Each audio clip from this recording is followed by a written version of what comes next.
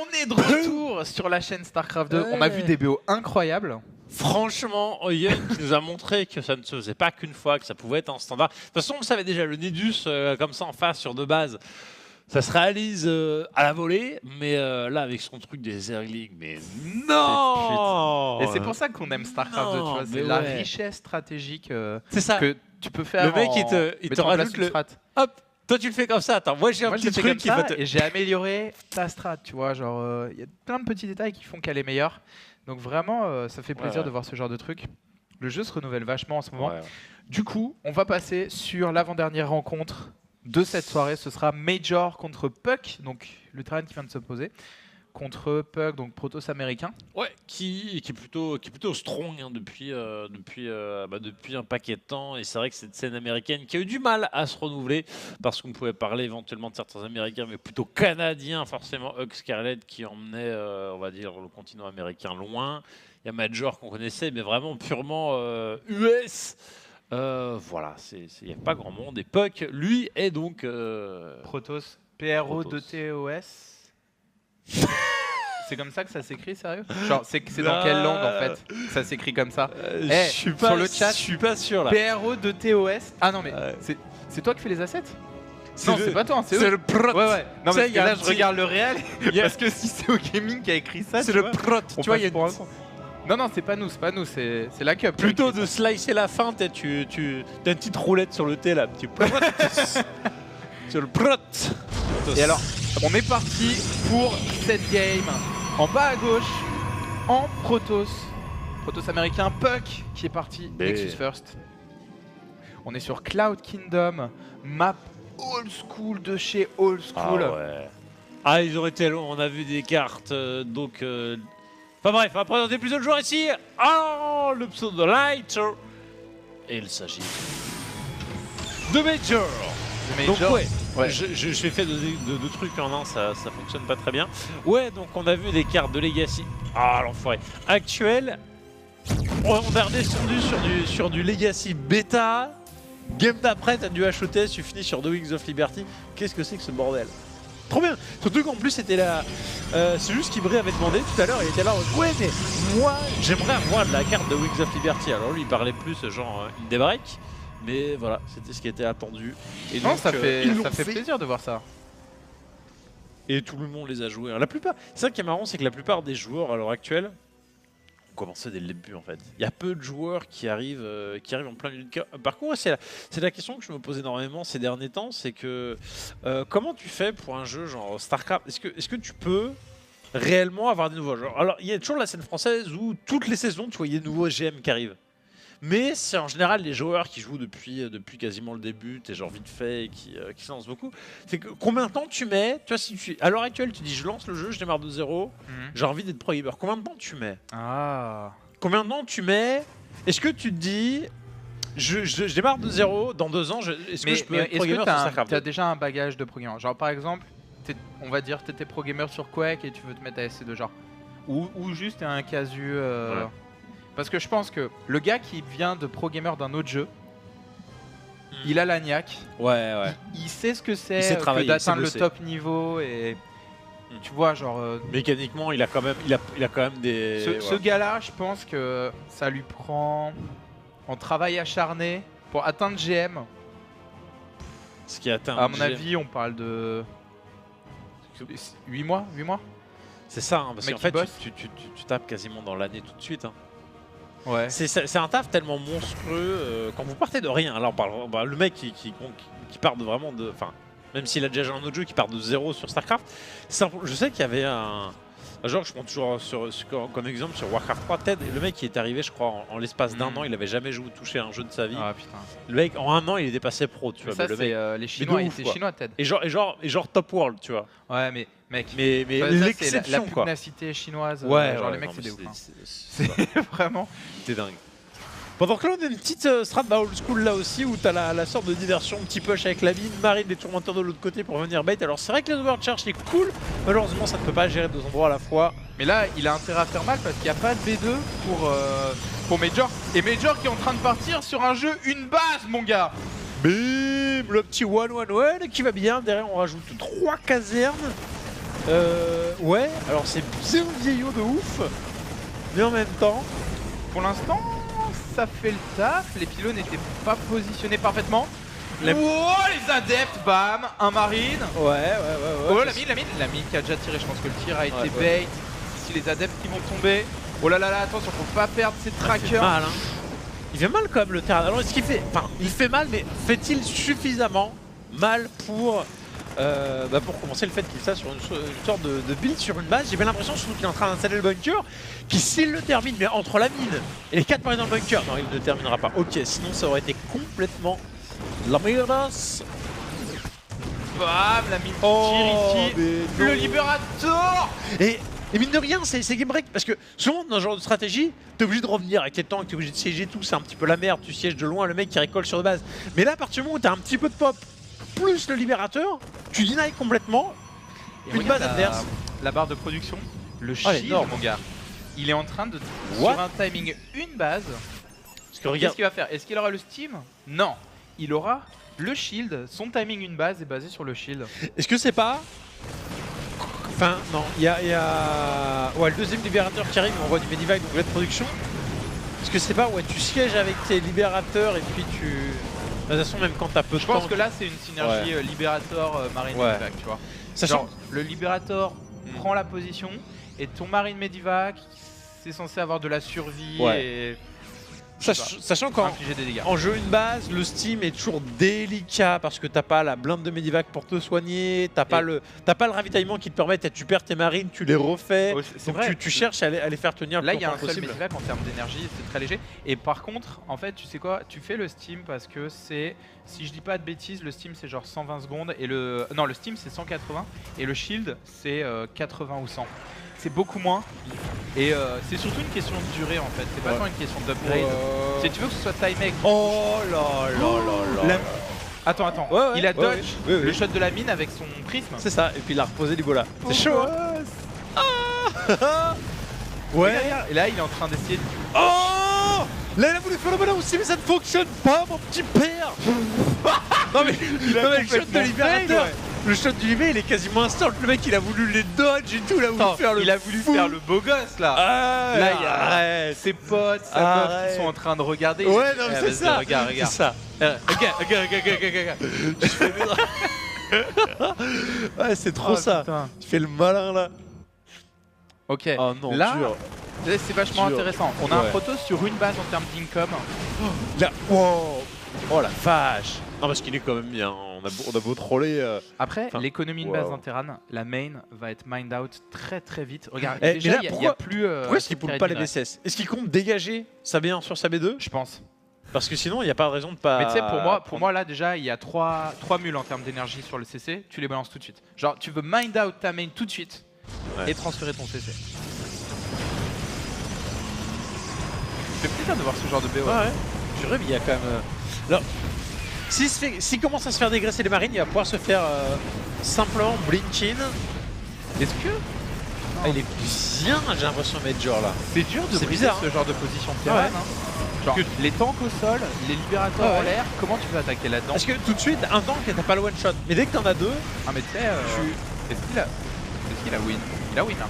Bah moi j'ai l'impression. Avec les deux Medivac, t'as beaucoup trop de mobilité, les libérateurs qui t'amènent le petit plus. Il n'y a plus de pylône pour défendre. Il va prendre ce Nexus. Est-ce que le Protoss de façon désespérée va faire quoi avec ce prisme? Il va contre-attaquer avec l'IMO. Déjà il peut intercepter les renforts, genre contre un push comme ça, tu veux intercepter les renforts. Et là en fait il y a un truc malin, regarde ça. Ça c'est pas une erreur de macro-gestion, ça s'appelle l'anti-DT. Parce que l'une des contres de base de ce genre de 1-1-1 c'est le DT. Le DT en contre-attaque, le DT en défense, sachant qu'il a vu le conseil crépusculaire parce qu'il avait le blink, il joue safe.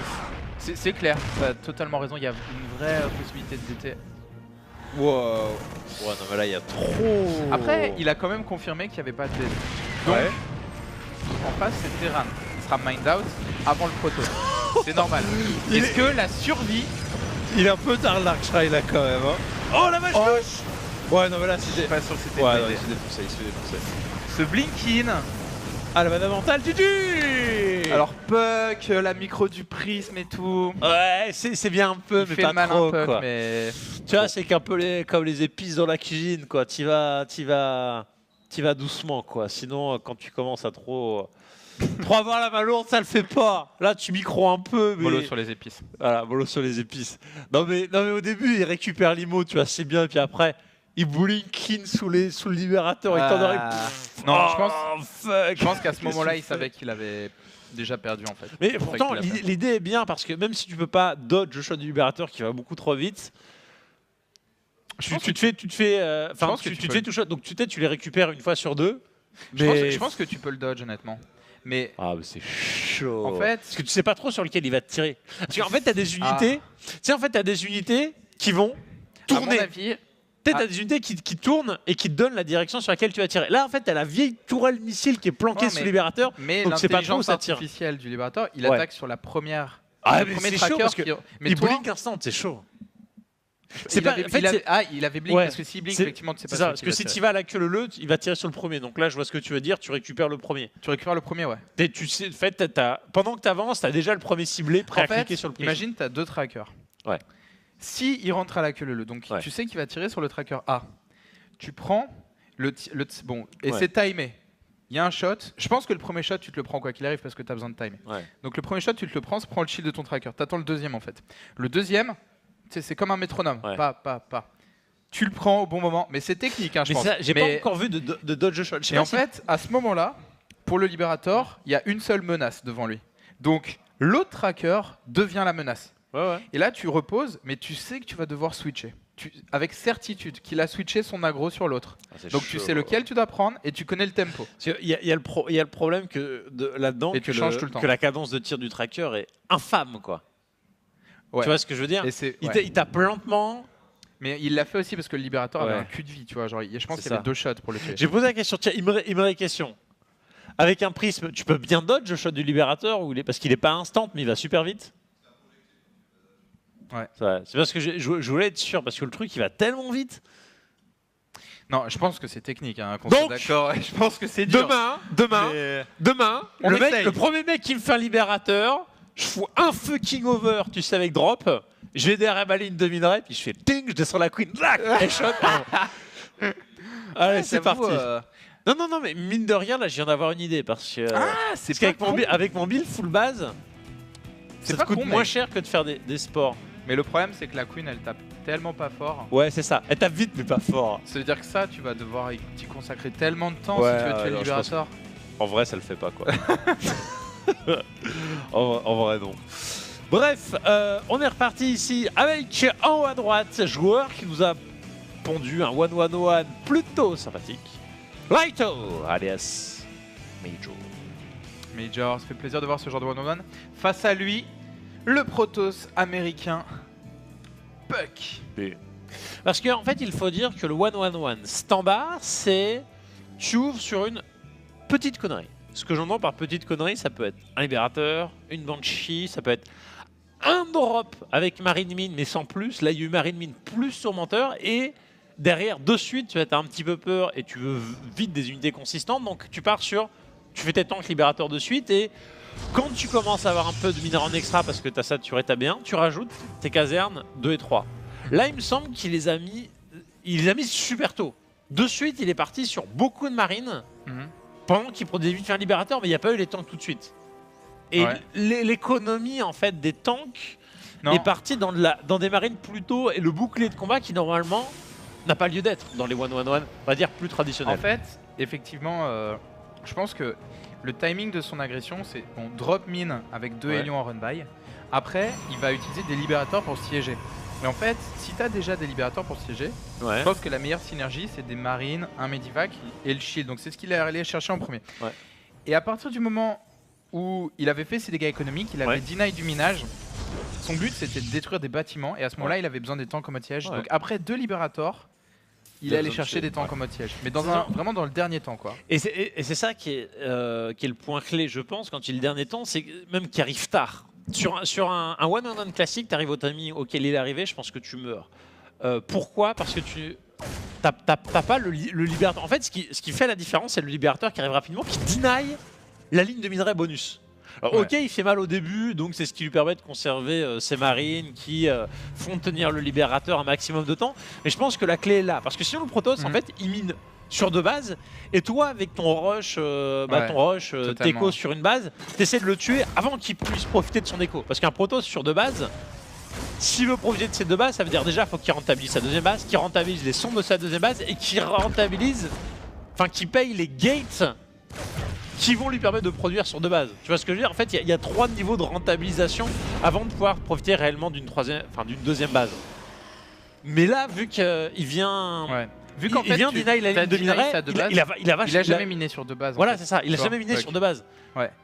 Et du coup, c'était une base contre une base, sauf qu'il y avait un Nexus qui a été claqué pour rien, etc. Non, mais c'était excellent. Hein. C'est vraiment un BO très intéressant de la part de Major. Alors, ceci étant dit, est-ce que tu pourrais le réitérer sur cette carte-là? Je pense que c'était peut-être spécifique à Cloud Kingdom. Là, tu vois que t'as pas l'espace.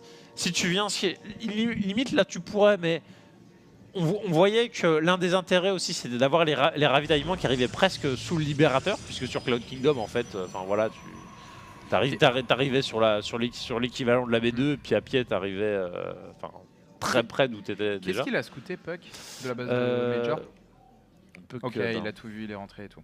Donc Puck lance B3. Il a ce Reaper a tué 2 procs. C'était Nexus first, hein, donc c'est normal qu'il ait tué les procs. Et donc il part B3 Conseil Crépusculaire. Est-ce que le Conseil Crépusculaire a été scouté par le Terran? C'est une grosse info. Il a été. Et donc très classique, hein. T'as le cyclone, t'as je me disais je voyais le Medivac. Pourquoi? C'est libérateur. Ouais. De quoi? Vas-y. Alors je sais pas, je me demande, est-ce que c'est une bonne idée de partir cyclone contre un Protoss qui part Conseil Crépusculaire? En fait, le cyclone, tu le fais de base quasiment tout le temps parce que ça lui permet de faire son petit go, ça permet de lock le pylône. En fait, le cyclone, il est là aussi pour gérer les oracles et le prisme. Mais effectivement, comme tu l'as dit, il y a le Conseil Crépusculaire qui a été vu, donc tu sais que tu as un petit peu de temps. Le mec, il fait son build en fait. Hein.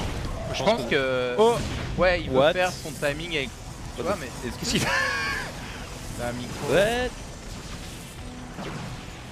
Ouais, non, mais là, c'était nul. Ça lui a coûté trop cher. Non, c'était nul, dis-le. Quand tu scoutes le Conseil Crépusculaire, parce que si je joue à robot, si je joue à Stargate, mais Conseil Crépusculaire ou Forge... Ou à la limite, tu le gardes chez toi, parce que même si tu sais que t'as un peu de temps avant le blink... Moi, je le fais pas tout de suite, honnêtement. Au moins, t'attends, quoi. Parce que c'est sorti, Marine Cyclone, ça se fait énormément, mais...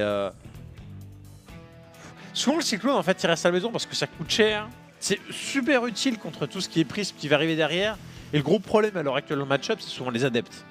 Et comment est-ce que tu gères l'adepte? Bien souvent en gérant le prisme. Donc tu vas pas gâcher ton Cyclone. Alors peut-être que là, il s'est fait surprendre par la B3 ou qu'il voulait vraiment voir si elle était là. Et qui pensait que le sacrifice écho du cyclone valait le coup, mais je suis pas sûr. Hein. Bon, là il se récupère un peu avec un... Voilà, tu prends 2 sons, temps de récolte perdu pendant 10 secondes. Sur un 800 de minerai, ça te fait... en gros, c'est 150 de récolte perdue plus 2 sons, donc... Ah ouais... Allez, un autre libérateur ici qui se dirige vers la main de Puck. Waouh. Alors attends, Blink Stalker into quoi? Il y a une robot, je crois, pour faire la détection. Il n'y a rien d'autre, il n'y a pas de forge. Mais c'est ça, c'est Stalker Blink into plus de Stalker Blink là. Ouais. Effectivement, c'est le... Bon, ok, il y a un libérateur, très bien. J'ai les pylônes qui vont zoner. Et derrière, c'est le Lulu. Il est complètement en train de le bourrer la Puck. Hein. Je pense qu'il a... Puck. Oh là là là là là là là. Il est en train de le bourrer, mon gars. Cette base qui va se lever. Blink Stalker à l'ancienne. Non mais là, oh là là là là là là. Ah, c'est tellement hardcore là ce qui est en train de se passer là. Faut toujours faire la part des choses entre, tu vois, t'as ton plan. Oh, puis esquive la ville en plus de Blink. Ah ouais, non mais Blink plus prisme transfert, non mais please, GG. Alors là, faut... Ok, donc t'as le Protoss qui part sur un build greedy, le Terran qui fail une agression, plus du libérateur qui harcèle, donc ok, ça fait un petit peu de dommage, mais c'est une force de frappe, tu vois, qui a l'extérieur de la carte, donc le mec il est à poil chez lui, il s'est bourré. Le Protoss qui pose B3, mais qui ne la sature pas totalement. Donc ta petite grid qui te donne de l'écho, mais en même temps tu vas vite sur juste de l'unit sur un seul tech. Le Terran qui éparpille ses ressources, tu le butes, c'est tout quoi. C'est. Mais je pense que. Je simplifie un peu, mais voilà. C'est un très bon counter build à Libérateur. Je veux dire, t'as des Blinkstalker pour éventuellement gérer. Oh mon dieu! C'est quoi? Je sais pas si c'est une saucisse, si c'est. C'est des quenelles, c'est des quenelles. C'est des quenelles. Ouais. Oh la vache. Ah, ça donne faim. Ah, elles sont dorées comme il faut. Tu vois, tu sens qu'il y a la petite graisse qui commence à ressortir. Après la cuisson. Dieu. Ça donne faim. Ouais. Bon. Avec des petits champignons, ouais. Trappiste dans. Arrêtez de parler de bouffe, là. S'il vous plaît. En tout cas, ici, on a, voilà, fort sur sa première game. Malheureusement, c'est bien fait déchirer sur la seconde. Major. Je pense que Puck c'est bien adapté. Hein. Ouais. Donc le joueur Protoss violet en haut à droite. Puck. C'est un très bon BO ce qu'il a fait. Ouais. C'est avec tes Blinkstalker, tu peux gérer les Libérators, éventuellement en défense, donc tu te fais pas deny une ligne de minerai. Quand tu as des Blinkstalker, je veux dire, il y a un Libérator, il couvrira jamais tout, sauf certaines cartes et certains spots, mais assez rare. Et tu as une option offensive très forte. C'est surtout quand tu sais que le mec il t'a fait le timing cyclone et tout, t'as même pas le ou les deux tanks qui sur certains builds tu vois, sont traditionnels où le gars, plutôt que d'harceler avec beaucoup de marines, il va avoir le libérateur, il va avoir du tank, pas forcément pour traverser la carte, mais pour avoir un gros setup défensif. Et ça, jamais tu blinks dedans. La Puck qu'il a identifié, qui était en avance niveau écho, qu'en face, ça avait feed un peu. C'est ça que je me pose toujours comme question, et c'est pour ça que StarCraft 2, c'est vraiment un jeu qui prend du temps à être analysé. Est-ce que le mec, c'était de base, en fait, il voulait partir là-dessus? Ouais. Ou est-ce que il est bien dans la game et du coup il décide de tuer? Est-ce qu'il prend une décision à un moment donné dans la partie, ou est-ce que c'était avant la game qu'il avait déjà essayé de partir là-dessus et puis tu vois, la game a fait que finalement ça s'est bien passé pour lui et les planètes se sont alignées. Parce que des fois tu crois que le mec est malin alors qu'en fait juste il a chaté quoi. Mais c'est dur d'interpréter. Ou des fois c'est l'inverse, tu crois que le mec a chaté alors qu'en fait justement il est malin et t'as pas identifié ce qu'il a pris comme information qui lui permet d'adapter son style de jeu. Mais c'est pour ça que la meilleure façon d'analyser ça en fait c'est lui dire de venir et lui filer un micro en fait. Genre de le laisser s'expliquer sur pourquoi il a fait ça, pourquoi il a fait ça. Soit tu as la chance d'observer un joueur pendant 50 matchs différents, soit effectivement tu lui poses direct la question. C'est pour ça que c'est cool, justement petit Rogo qui donc a gagné son premier titre majeur hier, de pouvoir l'avoir sur les petites sessions de Stream Ladder ou de l'avoir eu en casse par exemple sur National ou autre chose. Il balance un max d'infos de haut niveau quoi. Ouais, c'est clair. Là on a eu réacteur direct. Ouais. Le scout au VCS. Il voit Nexus et derrière il a fait Marine et ensuite là il fait Reaper Marine. C'est chelou visuellement hein. Ouais. Est-ce que ça a un intérêt ou est-ce que c'est un fail? Est-ce que vraiment aussi tard que ça, est-ce que le Reaper t'apporte quelque chose? Ouais. Il va vite peut-être pour aller chercher les... Je sais pas. C'est peut-être un peu tard effectivement. Mais là on voit que le conseil crépusculaire vient d'être lancé et le Reaper sort. Le temps qu'il traverse la map. Je pense que le bâtiment de tech sera fini, mais il aura le temps de le voir. Ah par contre le Reaper a été vu par cet adepte. C'est peut-être le Reaper au timing un peu chelou, tu sais, où t'arrives à un moment où le gars s'y attend plus. Parce qu'en début de game, le gars il est au taquet pour aller te l'intercepter parce que c'est chiant. Mais tu reviens en mid-game, quand ça le mec s'y attend plus, tu vas peut-être pas avoir ta pop au bon endroit. Et puis de toute façon ils montent tellement free sur cette map. Ouais regarde, là il voit Nexus B3, il voit le conseil crépusculaire et il le perd.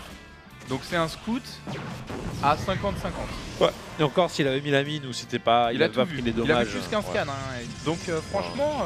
Non, c'est bien. Ouais j'aime bien. Alors maintenant on devrait avoir le libérateur ici, on revient sur le même build que tout à l'heure. Ouais. Et tu as des petites erreurs de micro, tu as le libérateur qui est pas lancé de suite, et en plus il y a le supply block. À la partie précédente, franchement, Major a fait exactement la même chose. Il avait intercepté Ok, donc, conclusion. Là c'est la même. C'est la même. C'est exactement la même chose qu'à la partie précédente. Donc, a-t-il son build? Donc déjà, ça veut dire que de 1, il s'est pas adapté en lieu de la game, tu vois. Genre il s'est passé ça, donc je fais ça. Tu vois, si déjà 2 fois de suite tu répètes le même build, tu te dis que... Enfin, non, peut-être qu'il l'a fait, mais il y a moins de chances d'avoir eu adaptation, déjà. Enfin, statistiquement, pardon. Mais donc, soit il a décidé de faire le build, soit c'est une adaptation, mais pas dans la game, mais liée aux joueurs, comme tu l'avais dit. Voilà, Puck, il a identifié un peu comment Major jouait. Il est où l'adepte qu'il y avait tout à l'heure? Il est mort ou ouais, il est mort, je pense. Ouais. Ok, parce qu'il y avait un adepte. Bah, tu vois, ce Liberator, à quoi il sert? Genre, vraiment, hein. C'est pas lui qui a tué l'adepte. Ouais. À quoi il sert? Genre, il a vu Conseil crépusculaire. Bon, là, il y a un prisme, mais il sera là dans longtemps. Je pige pas trop ce Alors que le monsieur ce cyclone plutôt. Ouais. Ce cyclone super tôt. Ouais. Ce libérateur, je comprends, mais le cyclone. Alors le cyclone, c'est pour, ça fait partie du build, c'est pour gérer les prismes et tout, mais tu sais, tu le gardes chez toi comme ça. Ah, mais contre comme, un Blink, comme à la partie précédente, il a vu que c'était Conseil crépusculaire. Ouais. Donc. Ouais. Est-ce que c'est le mec qui veut vraiment pas en démordre? Parce que ça peut être un prisme avec Adept. Mais dans ces cas-là, en général, tu fais le, prisme, tu fais le complexe robotique, pardon, pour harceler avec des adeptes normaux, vite fait, pour emmerder, le temps que tu lances ton conseil crépusculaire, tes petits glaives résonnants pour remettre une deuxième grosse patate. Et alors, je tiens à dire qu'il y a eu un changement du côté de Major. Le Terran, il avait pris B3. Ouais. À la partie d'avant, il avait pris B3. Là, regarde, la B3 est chez lui, des temps comme mode siège. Je pense que Major a compris ce qui arrivait là. C'est-à-dire un gros all-in bien sale de la part du joueur Protoss. Il est là le trick, c'est que il était sur son setup all-in, tout à l'heure on était 59 sondes, là on en voit 67, donc il y a quand même ajustement. Peut-être que l'adaptation elle est là. En fait, de base, il part sur full blink, et en fonction de ce qui se passe, soit il bourre, soit il contain simplement. Ouais. Tu vois, l'un ou l'autre. Et l'adaptation sur le fait de all-in blink, elle est pas faite dans la game, elle est faite de base, mais c'est ensuite. Une fois qu'il all-in blink, c'est là qu'il commence à adapter. Et à réfléchir. Allez, on va prendre un dépôt ici, quelques unités. Et c'est pas dégueu parce que vu qu'il s'est fait bourrer avant, on a eu Major s'est fait bourrer avant. Donc il adapte, il est obligé sinon il va mourir. Ouais. Donc il adapte, il a peur, il surréagit et derrière il se fait complètement enfler. Alors ok, full Stalker Blink en face à face c'est de la merde, mais full Stalker Blink qui contain face à un mec qui récolte beaucoup plus, qui va lancer beaucoup d'upgrades. Sur la durée il va se retrouver normalement bien parce qu'il va prendre un niveau écho qui va être insane. Presque tu peux poser B4 là. Hein. Poser B4 pour le Protoss. Parce que, en fait, si tu poses pas B4, le mec va poser B3, tu vas te retrouver sur un sérieux 3 bases contre 3 bases, t'as peut-être 20 pop d'avance, mais qui vont se stabiliser. En fait, c'est pas con, parce qu'il a une armée très peu mobile en fait, le Terran. Il y a 3 tanks en mode siège, il y a des libérateurs en défense. Et c'est Legacy. C'est pas con. Hein. Faut prendre des bases. Si tu prends B4, le mec, s'il sort pour te siéger, s'il vient de siéger la B4, c'est pas grave, t'as 3 bases qui recall free. Et ta B4, en fait, elle te sert à gagner du temps. Et limite, t'es pas obligé d'envoyer des sondes dessus. Hein. Tu poses ta B4 histoire de dire j'ai B4. Regarde, il y a 1000 de teams qui flottent. Regarde ce qui se passe. Ouais. Après avoir recherché le blink, la charge, l'amélioration des îlots. On dirait du vieux MC style. C'est du vieux, ouais, c'est ça. Full gate, limite pas de storm, du blink, zéro de charge, alors maintenant avec adeptes, 2-3 immo. S'il veut jouer ça, faut qu'il rajoute des gates. Il a combien de gates genre là, à mon avis, il en faut 11. Ouais. Sur 3 bases comme ça, si tu veux faire pomper des îlots à mort d'îlots, il te faut 11 gates je pense.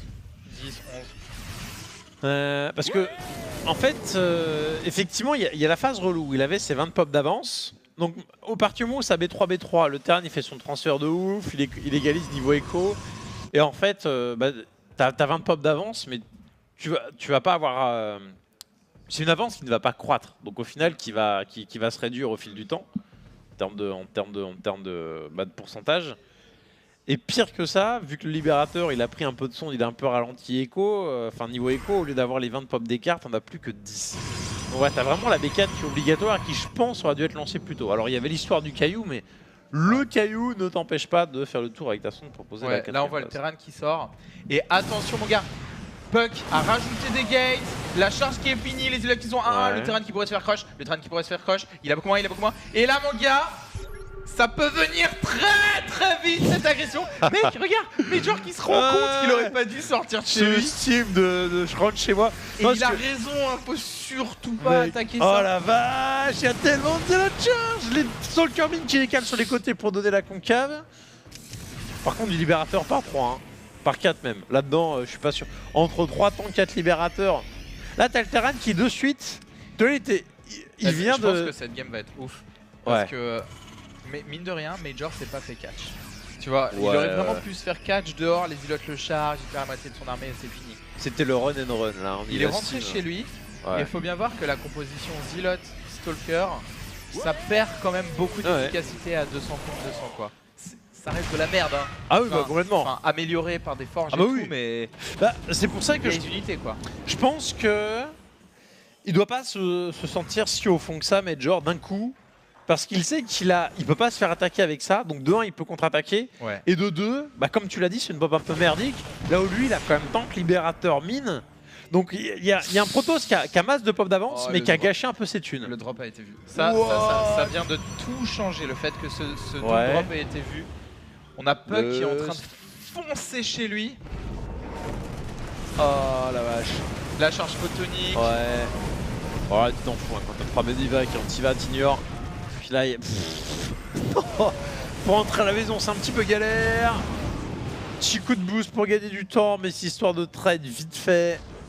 Mais là, ce qui est ouf avec ces 3 Medivac, c'est que. Bon, il y a 3 Stargate en face.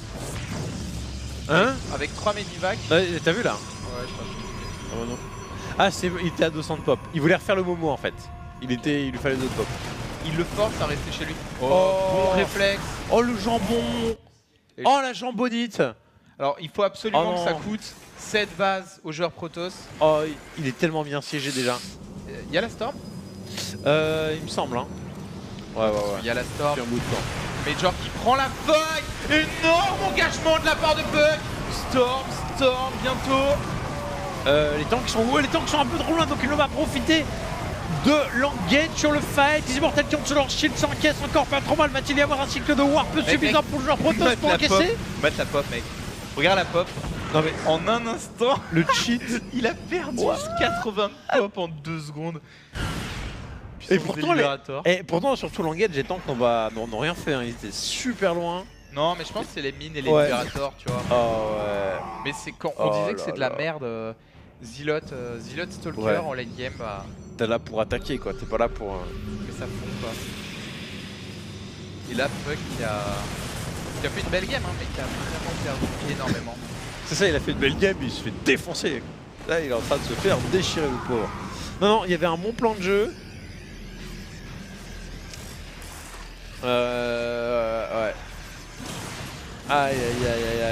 Ah et là ça va être difficile de faire quoi que ce soit là, il y a un siège qui est beaucoup trop fort. En fait il est là le trick de son build où il passe de Stalker Blink avec Contain qui est en fait unité gateway, encore plus d'unité gateway. Alors qu'il aurait pu servir de son Contain en passant de... Oh tiens 360 à 200 tout de même. C'est pas mal ça hein, le fait d'attaquer des deux côtés. Non parce qu'il y a beaucoup de pop à la maison hein. Oh là là, c'est tellement mal. Entre les mines et les libérateurs, mais ça trade de ouf. Ok. Ouais. Bah Puck il vient de libérer sa B4. Le problème c'est que Major a posé sa propre B4. Oh mais non, il y a tellement de mines. Tamao, kiss up, bisous, big up, bisous poulet. Toi tu veux venir le 30 peut-être. C'est cela.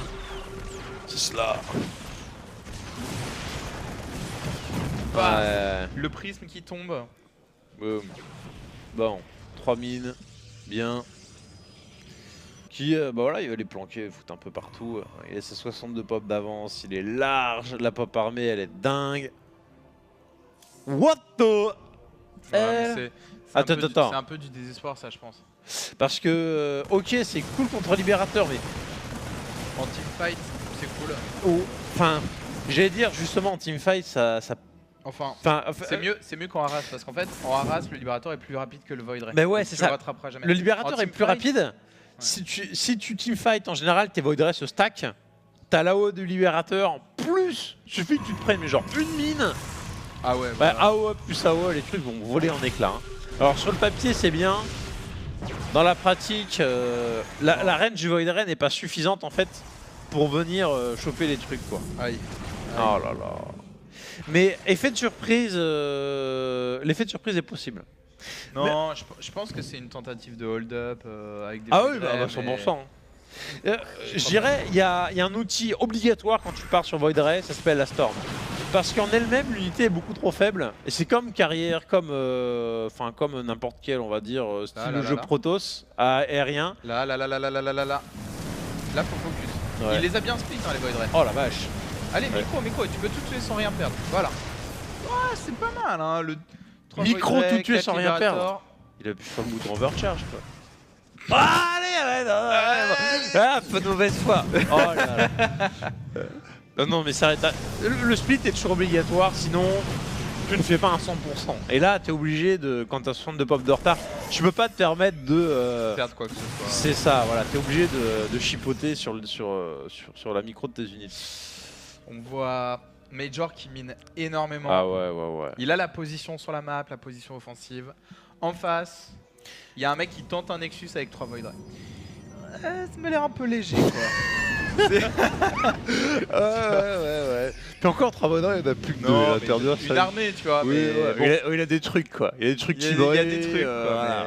On met en face, bon, il y a masse quoi. Et puis surtout avec les mines quoi.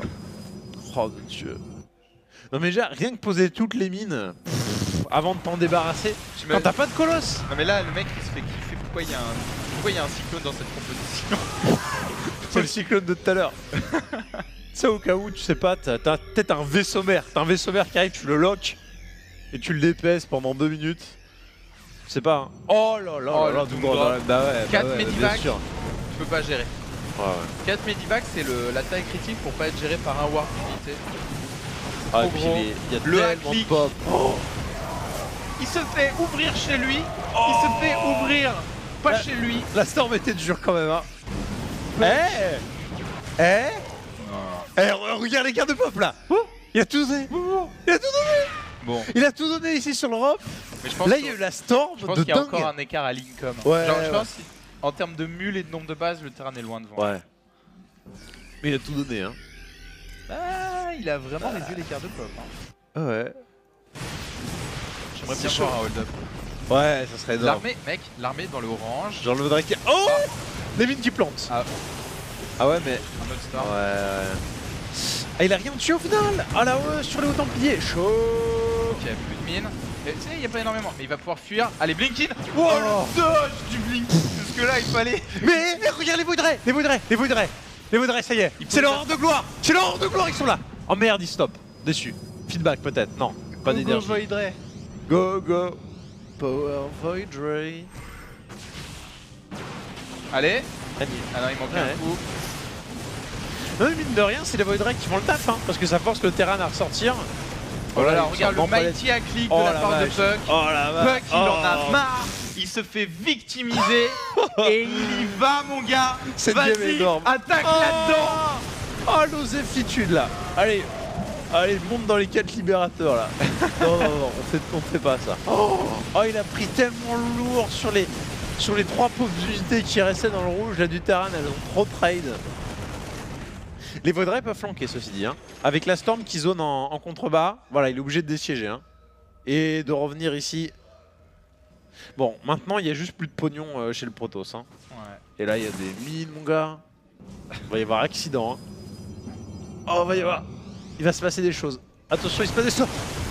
Ah, il se passe des choses partout. Oh, les Storm ici. Il plante. Bam. Oh la vache.